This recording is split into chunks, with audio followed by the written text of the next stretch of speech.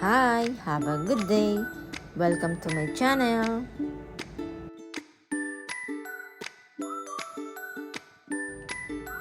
Peppa, George, Mommy Pig, and Daddy Pig. Story time. Peppa Pig. Peppa visits the ice cream truck. Peppa and George are at Granny and Grandpa Pig's house today. To me, George, throw to me, says Peppa. It is Mr. Labrador's first day selling ice cream. Oh, it's delicious, says Mr. Labrador. Would you like one? Asks Mr. Labrador. Yes, please, says Mrs. Wolf. What's the strawberry flavor you like? I'd better check. That's nice as well, says Mr. Labrador. I want strawberry ice cream, says Peppa. What do you want, George? Asks Peppa. Ice cream, says George, talking at the back. Is the mint ice cream good? Lovely. 4 mint ice creams, please, says Mr. Wolf. Thank you, Mr. Labrador, says Mrs. Wolf. It is Peppa and George's turn. Can I have a strawberry ice cream, please? Says Peppa. Oh, it seems to have run out of strawberry ice cream, says Mr. Labrador. Then, can I have a vanilla ice cream, please? Says Peppa again. Oh, there's no vanilla left either. Actually, I've got no ice cream left at all, explained Mr. Labrador. No ice cream? Says Peppa. Wah! Cried George. Maybe I tried to make many ice cream, says Mr. Labrador. Yes, maybe you did, says Grandpa Pig. Mr. Labrador loves ice cream. Don't worry, my little ones.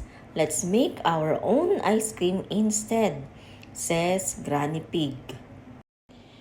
Can we do that? Asked Peppa. Yes, we used to make ice cream for Mommy when she was little pig, says Grandpa Pig. Oh, homemade ice cream? That sounds lovely. Hop, aboard.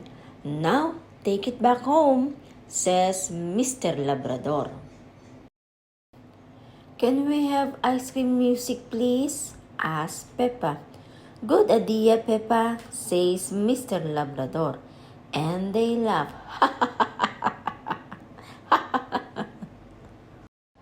Right, let's make ice cream, says Granny Pig. First, we pour some milk into a jug, then we add some cream. Now, what flavor would you like your ice cream to be? Asked Granny Pig. We do have raspberries and strawberries from the garden, says Grandpa Pig.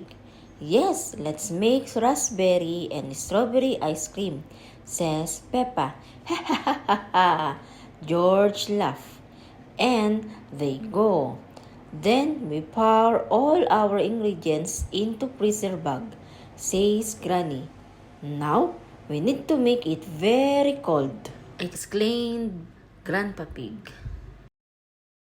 Well, put the ice cream bag into this bag full of ice cream salt and wrap it all in a towel.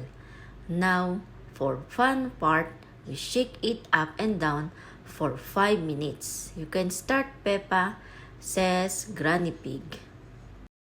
Yes! Ice cream, shake, shake, shake. Ice cream is what you make, sings Peppa. Everyone shake it up. Very good, Peppa, says Granny Pig. One last shake for me and I think it might be ready, says Granny. Did it work? Asked Peppa. Yes, says Granny. Oh, it's the best ice cream in the world, says Peppa. Yum yum, cried George. Granny, can all my friends come for the ice cream? Asked Peppa. Of course they can, Peppa, says Granny Pig. In that case, we'll need to make a lot more of ice cream, says Grandpa Pig. Hooray! Ice cream! The best ice cream in the world! Shouted Peppa. All of Peppa's friends are here for ice cream. Hooray! Can I have banana? Can I have raspberry? Can I have blueberry, please? Asked Peppa's friends. Here you go, says Peppa and George. Thank you, Peppa, says Peppa's friends. That's delicious, says friends.